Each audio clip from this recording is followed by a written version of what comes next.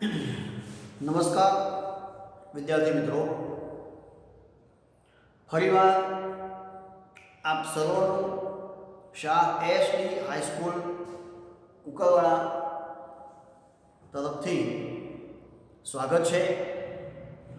Online શિક્ષણ YouTube channel મારફતે આપણે ઘરે બેઠા અભ્યાસ કરી શકીએ છીએ. આજે ધોરણ 9 ગુજરાતી વિષય. અગાઉના પિરિયડમાં આપણે ઘણી બધી વાતો કરી. આપણું 19મું કાવ્ય છે પપ્પા હવે ફોન મૂકું. પ્રશ્ન છે, જેનો સાહિત્ય પ્રકાર છે ગીત કાવ્ય કે એકોક્તિ, અને એના કવિ છે કવિ મનોહર ત્રિવેદી. કાવ્યમાં એક દીકરીની વાત, પિતા પ્રત્યે જે ચિંતા છે દીકરીને, એની સુંદર મજાની વાત રજૂઆત અહીંયા કવિએ કરેલી છે. દીકરી અને પિતાનો જે પ્રેમ છે, દીકરી અને પિતાનો જે પ્રેમ છે એ અહીંયા આ નાનકડા કાવ્યમાં કવિએ રજૂ કરે છે. અહીંયા સરસ મજાની જે વાત લખી છે એક દીકરીની. આપણે આ કાવ્યના આધારે એક નિબંધ પણ તમારે લખવાનો છે. દીકરી વહાલનો દરિયો. પરીક્ષામાં પૂછાય, 9માં પણ પૂછી શકે, 10માં પણ પૂછી શકાય. દીકરી ઘરની દીવડી કે દીકરી વહાલનો દરિયો. આ કાવ્યને આધારે જે દીકરી છે, પિતા પ્રત્યેની જે ભાવના, પિતા પ્રત્યેનો જે પ્રેમ છે, દૂર છે છતાંય જાણે કે દીકરી ઘરમાં રહીને પિતાને હંમેશા સલાહ સૂચન કરતી હોય. પિતા આમ કરવાનું છે, આમ નથી કરવાનું, કઈ બાજુએ શું કરીશું તો પિતા સુખી થશે.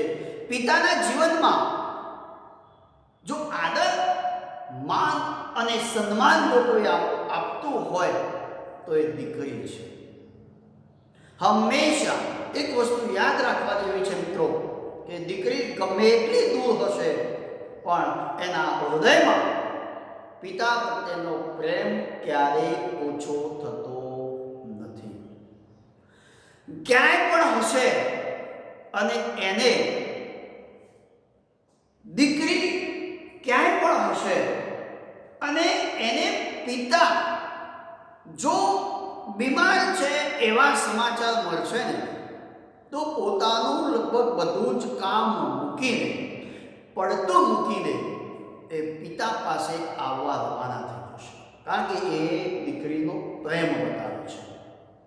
એ સહેજ પણ ઊભી નહીં રહે. કારણ કે એને પિતાનું જે એના જીવનનું જે આખું જે જીવનનું જે ઘડતર છે એ પિતા થકી છે. અને એટલા માટે તો અહીંયા જે વાતો મેં લખી છે મિત્રો, તમારે તમારી નોટબુકમાં એ લખી દેવાની છે. જ્યારે પણ આપણે કોઈ નિબંધ દીકરી વિશે લખતા હોઈએ, દીકરી વહાલનો દરિયો, દીકરી ઘરની દીવડી, તો આપણે આ વાક્યો, આ કોટેશન આપણે લખી શકીએ. તો અહીં મેં લખ્યું છે દીકરી વિશેની વાતો છે. આ કાવ્ય પણ દીકરી વિશેનું છે. દીકરી વહાલનો દરિયો છે. અગાઉના કાવ્યમાં, અગાઉના જે પ્રિય હતો એમાં પણ મેં વાત કરી હતી. આ અત્યારે આપણે લખવાનું છે કે દીકરી એટલે તો આશીર્વાદમાં મળેલા ઈશ્વર. ભગવાનને આપણને આશીર્વાદ આપે છે. દીકરી આપણા ઘરે આવી, ભગવાન નથી આવ્યા, પણ દીકરીના રૂપમાં એ ભગવાન આવ્યા છે. એ તો પિતાનું સ્વાભિમાન છે. પિતાનું સ્વાભિમાન દીકરી છે, ઘરની દીવડી છે, અને પિતાના હૃદયનો પ્રકાર દીકરી છે. વસંત ઋતુમાં આખી જે પ્રકૃતિ છે એ ખીલી ઉઠે છે. નવ પલ્લવિત બની જાય છે. આખી પૃથ્વી, આખી ધરતી, એનું જે પ્રકૃતિનું જે સૌંદર્ય છે એ વસંત ઋતુમાં ખીલી ઉઠે છે. એમ આખી વસંતને જો કોઈ ઘરે લઈ આવતું હોય તો એનું નામ છે દીકરી. આખી વસંત પોતાના ઘેર લઈ આવે છે, એનું નામ છે દીકરી. સંવેદનાનું સરોવર, પ્રેમ, સંવેદના, સંસ્કારનું સરોવર છે દીકરી. સ્નેહની સરવાણી છે દીકરી. વિશ્વાસ, મોટે ભાગે દીકરો તો છે જ, ઘડપણની લાકડી પણ બને છે.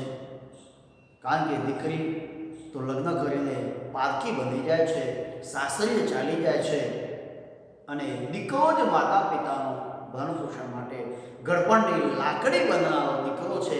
પણ ઘણી વાર આપણે જોઈએ છીએ ઘણી જગ્યાએ કે દીકરાના લગ્ન થાય ત્યારે દીકરાની વહુ અને દીકરો જુદા ચાલ્યા જાય અને માતા પિતા એકલા રહી જાય છે. અહીંયા એ સમય પણ આ દીકરી એની ટેકણ લાકડી બને છે. વહાણ, વિશ્વાસનું વહાણ છે અને શ્રદ્ધાનો સથવારો છે. અને આ પૃથ્વીનું પાનેતર, પૃથ્વી ઉપરનું પાનેતર એટલે દીકરી છે. છેલ્લી વાત કરે છે કે તો પ્રેમનો સાગર છે અને ધરતીનો ધબકાર છે. ધરતીનો ધબકાર, પિતાનો ધબકાર એટલે દીકરી. હંમેશા ઘરમાં જ્યાં નાની દીકરી હોય ત્યારે પિતા અને દીકરી એકબીજાને ખૂબ પ્રેમ કરતા હોય છે. કદાચ દીકરા કરતાં પણ પિતાને દીકરી વધારે વહાલી હોય છે. દીકરા કરતાં પણ પિતાને દીકરી વધારે વહાલી હોય છે. એમ અહીંયા પણ એક દીકરી હોસ્ટેલમાં રહીને અભ્યાસ કરે છે. અનેક મુશ્કેલીઓ હોવા છતાંય એ પોતાના પિતાને કહેતી નથી, પણ હંમેશા એ દીકરી પોતાના પિતાની જ ચિંતા કરે છે. જોઈએ કવિતામાં, આપણે કવિતા શરૂ કરીએ છીએ. તમારે પણ તમારી જે ચોપડી છે તમારી સાથે રાખવાની છે. એક એક પંક્તિ જોયા કરવાની છે, સમજવાની છે, સાંભળવાની છે. તમને આ કાવ્યમાંથી જે વ્યાકરણ કે જે સ્વાધ્યાયના જે પ્રશ્નો છે એ પણ તમારે લખવાના છે. તો જોઈએ આપણે કવિતાની શરૂઆત કરીએ. તો કવિતાની શરૂઆતમાં જે શીર્ષક છે એ પહેલું જ વાક્ય, પહેલી જ પંક્તિ જોઈએ. દીકરી કહે છે, તો પપ્પા હવે ફોન મૂકું? પ્રશ્ન. ઘણી બધી જાણે કે વાતો કરી હોય એક પિતાએ અને દીકરીએ. ઘણી બધી વાતો કર્યા પછી જાણે કે દીકરી પિતાને કહેતી હોય કે પપ્પા હવે ફોન મૂકું? સામેથી તો જવાબ મળતો નથી. પિતા હા કે ના કશું બોલતા નથી, પણ દીકરી જ બોલ્યા કરે છે. શું કહે છે? કે છે, તમને મોજ જરી આવે તે થયું મને એસટીડીની ડાળથી ટવકું. તમને મોજ જરી આવે તે થયું મને એસટીડીની ડાળથી ટવકું. એ પણ પ્રશ્ન. દીકરીએ પોતાના પિતાને ફોન કેમ કર્યો? તો કહે છે કે પિતાને, તમને એટલે પિતાને, મોજ એટલે આનંદ, જરી એટલે થોડો. પિતાને પણ જરાક આનંદ આવે. પિતાને જરાક આનંદ આવે એટલે મને થયું કે લાવને હું એસટીડીની ડાળથી ટવકું. અહીંયા ટવકવું એટલે કે બોલવું. હવે એસટીડીની ડાળ એટલે કઈ? ટેલિફોન બૂથ, સબસ્ક્રાઇબર ટ્રંક ડાયલિંગ, આખું નામ છે એસટીડી. એ સમયે એસટીડીનું બૂથ મૂકેલું હોય, અંદર ફોન મૂકેલો હોય, એટલે કે લેન્ડલાઇન જે ફોન આવે છે તે, અને ત્યાંથી જ્યાં પણ ફોન કરવો હોય તેઓ આપણે કરી શકતા. એવી એક પ્રકારની વ્યવસ્થા હતી. એમ અહીંયા આ ફોન કરવાની વ્યવસ્થા હતી, ત્યાં જઈ અને આ દીકરી પોતાના પિતાને ફોન કરે છે, કારણ કે પોતાના પિતાને થોડીવાર પોતાની દીકરી સાથે વાત કરે એટલે આનંદ આવશે. તો પિતાની ચિંતા દીકરી કરે છે, એટલે કે દીકરી વાત કરશે તો પોતાના પિતાને આનંદ આવશે, કારણ કે દીકરી એ તો એના કાળજાનો કટકો છે ભાઈ, અને એટલા માટે એ એસટીડી બૂથમાં જઈ અને ફોન કરે છે. હવેની જે પંક્તિ છે એ પ્રશ્નના રૂપમાં છે. એ કદાચ પોતાના પિતાએ એને પ્રશ્ન પૂછ્યો હશે, અહીંયા આપ્યો નથી, પણ દીકરીની વાત ઉપરથી આપણને ખબર પડે કે સામેથી પિતાએ પ્રશ્ન પૂછ્યો. એવું કહ્યું હશે પોતાના પિતાએ કે છે, દીકરી આવું કદાચ પૂછવું હશે, દીકરી તને હોસ્ટેલમાં ફાવે છે ને?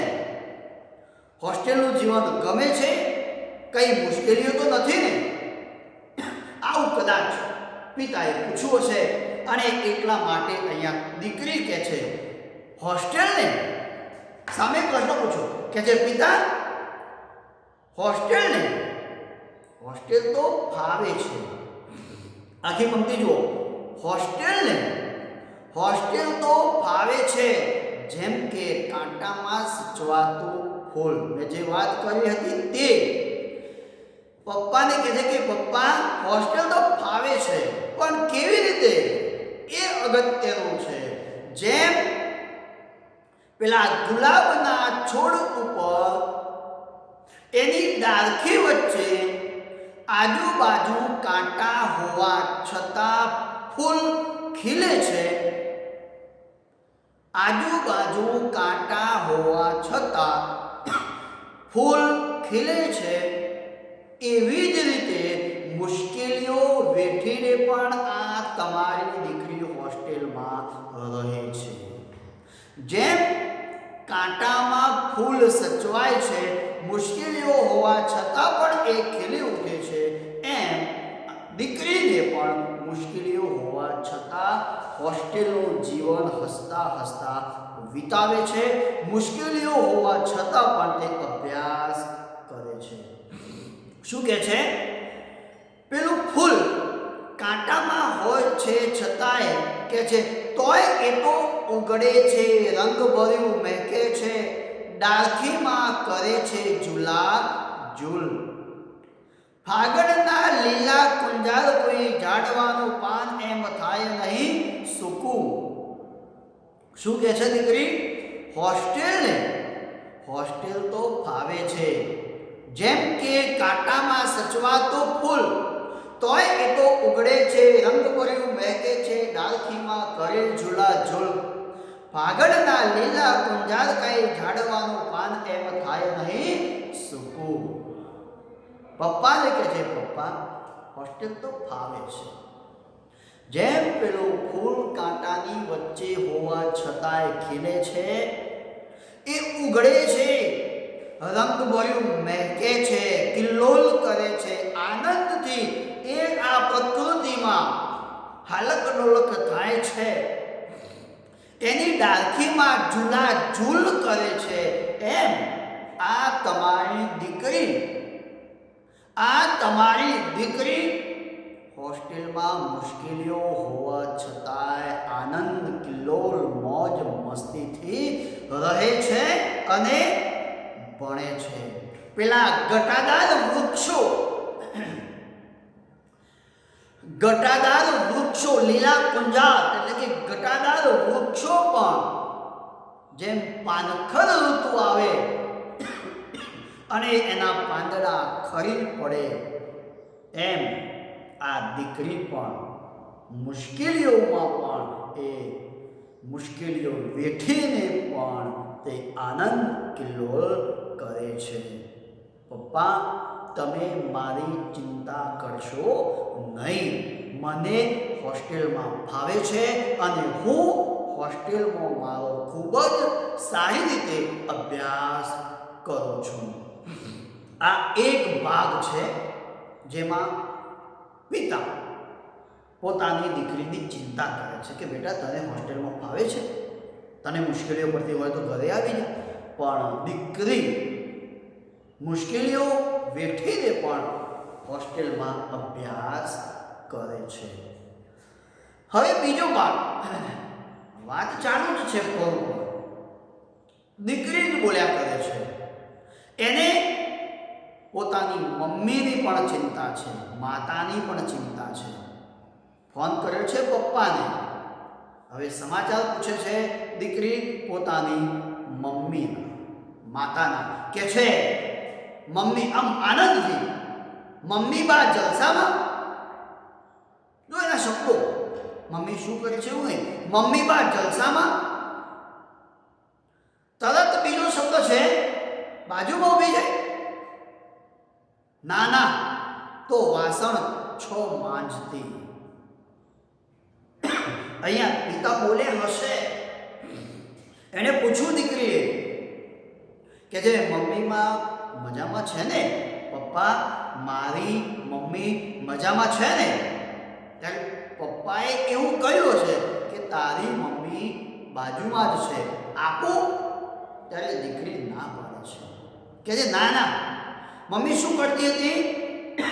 કામ કરે છે, વાસણ માંજે છે. માંજવા એટલે કે વાસણને ઘસે છે, વાસણ ઘસે છે, કામ કરે છે. દીકરી હોય તો મમ્મીનું અડધું કામ કરે. દીકરી તો હોસ્ટેલમાં છે એટલે મોટા ભાગનું કામ માતાએ કરવાનું છે. એટલે માં એ ઘરનું કામ કરે છે અને દીકરી કહે છે કે ભલે રહેવા દો, એને ફોન આપવો નથી. એ કામ કરે છે, વાસણ ઘસે છે તો એને કામ કરવા દો, વાસણ ઘસવા દો. પણ હા કહેજો, શું કહે છે? કહેજો આ દીકરીએ તારા સૌ સપનાઓ રાત પડે નિંદરમાં આંજતી. રાત્રિ નિંદરમાં પણ દીકરી પોતાની માતાને ક્યારે ભૂલી શકી નથી. દીકરી પોતાની માતાને પણ ક્યારેય ભૂલતી નથી. કે છે કહેજો, પપ્પાને કહે છે, હે પપ્પા તમે મારી મમ્મીને કહેજો કે તારી દીકરી પણ રોજ રાત પડે, આખો દિવસ તો ભણવામાં જાય પણ રોજ રાત પડે છે ત્યારે દીકરી તને સપનામાં પણ ભૂલી શકતી નથી. નિંદર એટલે ઊંઘવું, ઊંઘ.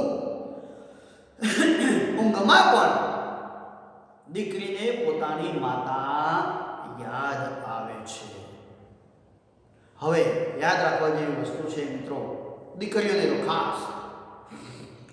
અહીંયા પોતાની મમ્મી કેવી છે એના વિશે આ દીકરી પોતાના પપ્પાને કહે છે. કારણ કે પોતાની મમ્મી સાવ ભોળી છે, ચિંતાળુ છે અને પિતા જરાક કડક સ્વભાવના છે. એટલે દીકરી પોતાના પિતાને એક સૂચન કરે છે કે હે મારા પપ્પા, હે પપ્પા, શું કહે છે? સાચવજો. કોને સાચવવાનું કહે છે? એક શિખામણના રૂપમાં દીકરી પિતાને કહે છે કે પિતા, પપ્પા સાચવજો, બોરી છે, ચિંતાળુ, ભૂલકણી, પાડજો ના વાંકું કે ચૂકું. યાદ રાખજો આ શબ્દો. દીકરી પોતાના પિતાને શું કહે છે? માતાને સાચવવાનું કહે છે. કે છે પપ્પા મારી મમ્મી છે ને બહુ બોલી છે, એકદમ શાંત સ્વભાવની, બોલા સ્વભાવની છે, ચિંતા કરવા વાળી, ચિંતાળુ સ્વભાવની છે અને ભૂલી જવા વાળા સ્વભાવની ભૂલકણી છે. માટે તમે વાત વાતમાં વાંકું ને ચૂંકું એટલે કે વાત વાતમાં એના ઉપર ગુસ્સો ના કરતા. એ જે પણ કંઈક કરી જાય, એની ભૂલ થઈ જાય, એ કોઈક બાબતે ભૂલી જાય તો પપ્પા તમે મારી મમ્મી ઉપર ગુસ્સે ના થતા. તમારો સ્વભાવ મને ખબર છે, તમે બહુ ગુસ્સાવાળા છો, કડક સ્વભાવના છો. પણ પપ્પા, મારી મમ્મીને સાચવજો. એની જવાબદારીનું ભાન કરાવે છે. દીકરી પિતાને કહે છે કે જે મારી મમ્મી બોળી છે, ચિંતાળુ છે, ભૂલકણી છે, તો તમે એને સાચવજો. વાત વાતમાં મારી મમ્મી ઉપર ગુસ્સો ના કરતા. પપ્પા, મારી મમ્મીને તમે સાચવજો. હવે જે વાત આવે છે તે કદાચ પપ્પા ત્યાં બોલ્યા હશે, કંઈક વસ્તુ લીધી છે ઘરમાં, કંઈક નવી વસ્તુ ખરીદી છે. શું ખરીદ્યું જોઈએ? પપ્પાએ શું કીધું હશે? પપ્પાએ એક સ્કૂટર ખરીદ્યું અને પોતાની દીકરીને કહ્યું કે દીકરી, આપણે એક નવું સ્કૂટર લીધું. લેવાનું હતું કંઈક બીજું. શું કહે છે? શું લીધું? સ્કૂટર ને. ભારે ઉતાવળામાં શંભુ તો કહેતો તો ભાઈ જ, કેવા છો જિદ્દી, ને હપ્તાને વ્યાજ, વળી ઘર આખું ઠલવશે ખીચ. આર્થિક પરિસ્થિતિ સામાન્ય છે. એક વખત પહેલા વાત થઈ હશે.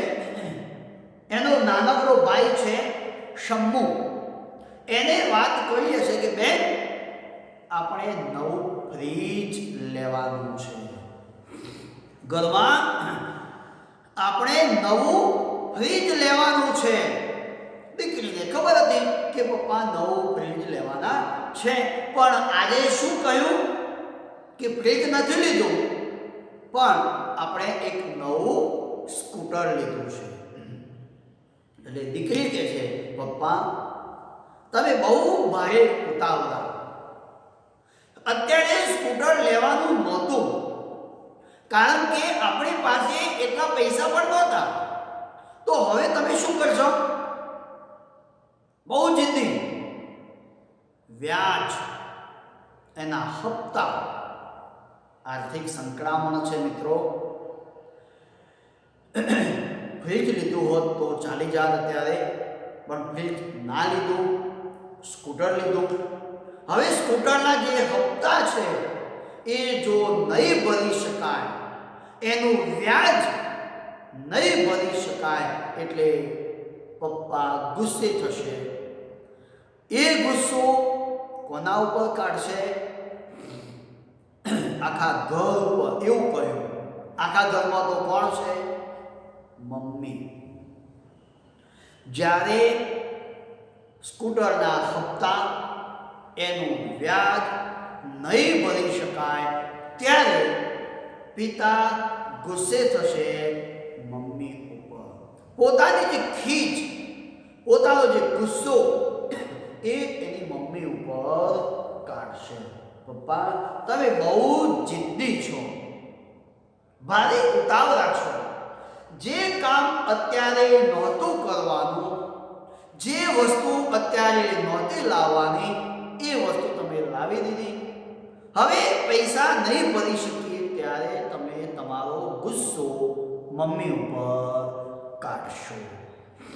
અને વાતો આગળ ચાલ્યા જ કરે છે. વાતો આગળ ચાલ્યા જ કરે છે.